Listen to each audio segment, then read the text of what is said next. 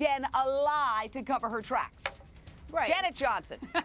Well, when you put it that way, Jane, no, there is going to be a doctor that is going to say that she didn't know right from wrong. In Florida, it's an affirmative defense, meaning the defense has to prove it. And it is proven two different ways. One is she didn't know what she did. Well, we know she knew what she did. And then the other is she didn't know that it was wrong. I think ultimately what's going to be shown is she knew when she got arrested, when she was being questioned by the police, when she was ultimately charged with murder. Yeah, at that point, she's apologetic. She knows she did something wrong. I think that when she says and slurs, "Are my kids coming to visit me?" when she said that they had to go to heaven, she might have known she was going to kill them, but I don't think she knew that that was the wrong thing to do because she was delusional. And she has a long history of delusion. She definitely has mental health problems. No one can say that she doesn't. All right, let's go to the phone lines.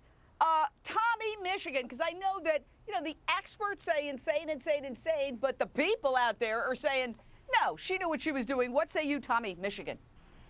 I say it's just a cop-out. She knew what she was doing, and as far as being insane, no, I'm not buying it.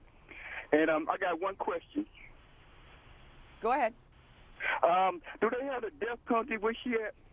The prosecution decided to take the death penalty off the table because she definitely has mental issues, Dr. Judy Ho. She's a long history of mental illness, bipolar, depression, and substance abuse, which, by the way, is not a mental illness.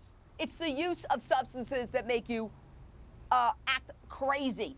But Dr. Judy Ho, clinical psychologist, there's a difference between being mentally troubled or bipolar and being so crazy that you're legally insane. That's right, Jane. And what we know about her is that she was on a very long course and a lot of antipsychotics, which means that she has a long history of psychosis and delusions. On top of that, she was abusing alcohol, she was using painkillers, so all of that just exacerbated those symptoms even more. Now, when you look at her journal and you see how much detail she's actually talked about planning this murder out, there's definitely a presence of this psychosis have gone on for as long as maybe months or years in her head.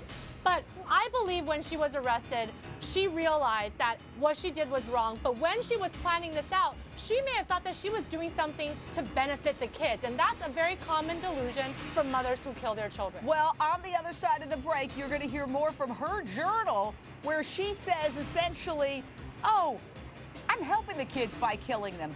Exactly to Dr. Judy's point. And later, she's back for the first time in about a decade. Monica Lewinsky is talking, and she's talking about her affair with former President Clinton.